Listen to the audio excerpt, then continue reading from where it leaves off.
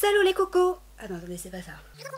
Salut les kikis, c'est Milouki et nous nous retrouvons aujourd'hui pour une nouvelle vidéo. S'il est bien une chose que les conventions sociales nous apprennent, c'est que pour la nouvelle année, nous nous devons d'être belles. Car il est obligatoire de passer cette soirée en compagnie de tous nos amis bourrés.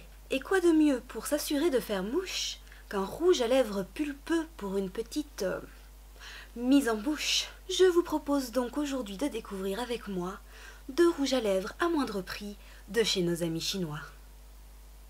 Cela fait un petit moment déjà que j'avais acheté ces 2 rouges à lèvres champignons sur AliExpress, c'est comme ça qu'ils le décrivent.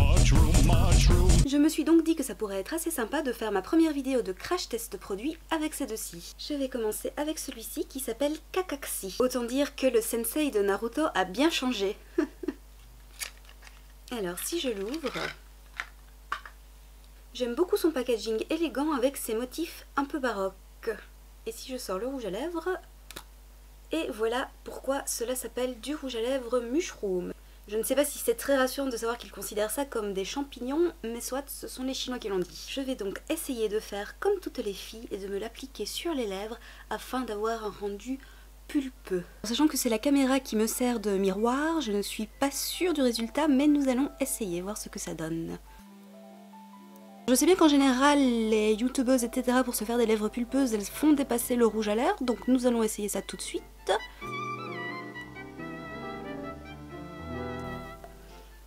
Et voilà le résultat, je trouve ça plutôt pas mal pour les petits duck face de fin d'année, regardez. Et là, au niveau de la couleur, c'est du rose clair, assez léger, assez sympathique. Moi j'aime encore bien, je trouve que cela va bien avec mon teint de cadavre en décomposition. C'est plutôt sympa. Au niveau de l'odeur, parce qu'apparemment c'est obligatoire de sentir tous ces produits de beauté. Vous avez vu que je garde les lèvres en mode cul de poule, hein, pour coller au thème.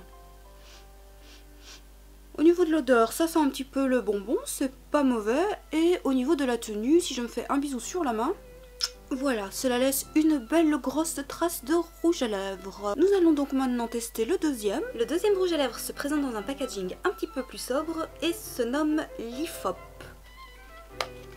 Alors, si j'ouvre la boîte, le tube en lui-même est vraiment moins joli que l'autre, c'est vraiment un classique tout noir, tout lisse avec le nom de la marque qui se répète dessus. Je vais donc à nouveau le tester pour me faire des belles grosses lèvres pulpeuses. C'est reparti. Engrossis les lèvres pour un effet duckface garanti.